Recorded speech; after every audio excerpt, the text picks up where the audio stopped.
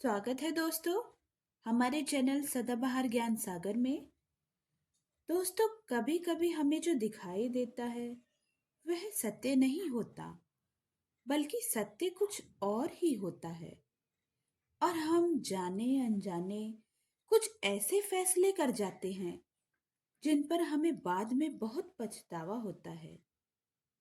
तो दोस्तों, आज मैं कुछ ऐसी ही कहानी लेकर आपके सामने आई हूँ।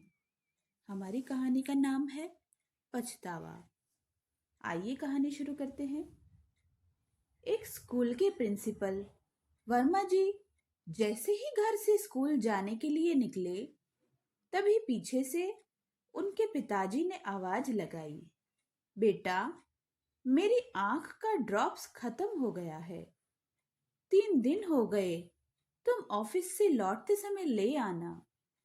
अपने पिता की ये बात सुन वर्मा जी गुस्सा होते हुए बोले, पापा, कितनी बार कहा है कि जाते समय पीछे से टोका मत करो, अपशगुन होता है। पिता बोले, बेटे, तुम इतने पढ़े लिखे हो, शगुन अपशगुन को मानते हो? ठीक है, अब आगे से नहीं बोला करूंगा। वर्मा जी बिना कुछ बोले चल दिए।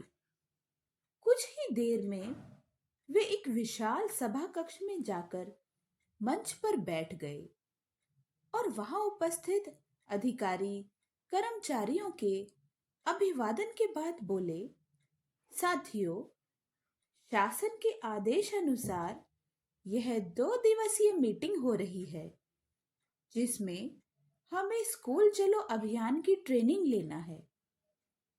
तभी उनकी नजर देर से मीटिंग में प्रवेश करते हुए एक शिक्षक मोहन शर्मा जी पर पड़ी, तो उन्हें देख चिल्लाकर बोले, मास्टर मोहन शर्मा, यह कोई टाइम है मीटिंग में आने का?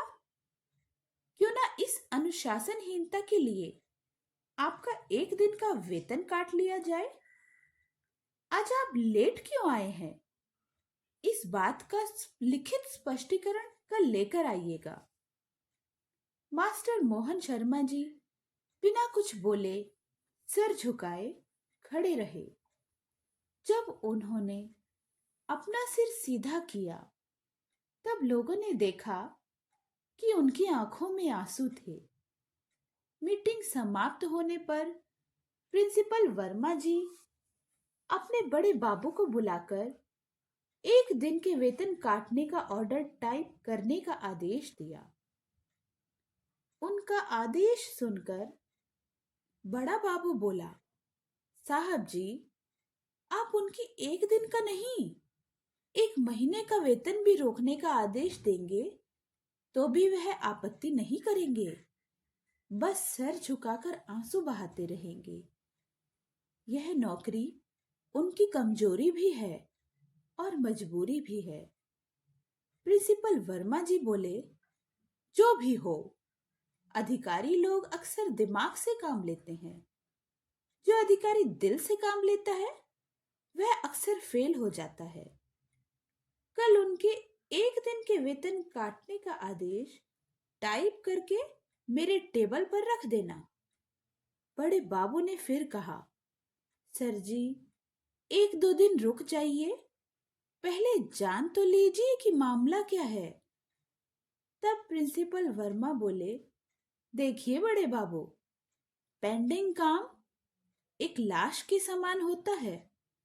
जितनी देर करोगे उतनी ही गंध होगी, इसलिए काम हो जाना चाहिए जो मैंने कहा है। मीटिंग समाप्त होने के बाद वर्मा जी अपने घर पहुंचे। दरवाजे पर टकटकी लगाए उनके पिताजी बैठे थे। उनकी आंखें मानो सवाल पूछ रही थी कि आज आंखों का ड्रॉप्स लाए हो या नहीं। घर में प्रवेश करते ही वर्मा जी ने अपनी पत्नी को आवाज लगाई और उनके पास आने पर एक पेन ड्राइव देकर बोले, लीजिए, तुम्हारी फरमाइश की नई फिल्म। वह बोली, मैंने कब फरमाइश की थी ये आपसे? चलो ले आए, अच्छा किया। लेकिन आपके पापा 3 दिन से आंखों का ड्रॉप्स मंगा रहे हैं। वह भी ले आते तो अच्छा होता ना। वर्मा जी बोले, चलो अब मूड खराब मत करो। वो फिजूल की फरमाइश करते रहते हैं हमेशा। चलो बैठकर साथ में फिल्म देखते हैं। अगले दिन वर्मा जी मीटिंग में जाने की तैयारी कर रहे थे। तभी बड़े बाबू आ गए और मास्टर मोहन शर्मा के एक दिन के वेतन काटने के आदेश हस्ताक्षर हेतु उनके सामने रख दिया। वर्मा जी ने वह आदेश पढ़कर हस्ताक्षर करके अपने पास रख लिया। बड़े बाबू ने कहा, सर जी, अभी आप भी मीटिंग में जा रहे हैं। मुझे भी वहीं चलना है सर जी। आपकी शान के विरुद्ध एक निवेदन है। अगर उचित समझते हो तो रास्ते में मास्टर मोहन शर्मा जी का घर है। उनके पिता बहुत बीमार हैं। सिर्फ 1 मिनट उनको देखते हुए चलें क्या? वर्मा जी ने बहुत देर सोचने के बाद स्वीकृति दे दी। फिर क्या था, दोनों कुछ देर में ही शर्मा जी के घर पहुंच गए। मास्टर मोहन शर्मा अपने घर के बाहर अपने बीमार विकलांग पिता को स्नान करा रहे थे।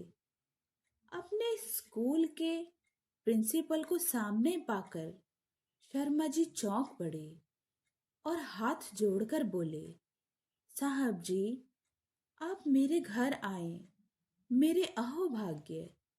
साहब जी, यह मेरे पिताजी हैं। इन्होंने मजदूरी करके मुझे पाला है। इन्होंने पूरा जीवन मेरी परवरिश में लगा दिया। मुझे जवान करते करते खुद बूढ़े हो गए। बिल्कुल आपके पिता के समान है ये।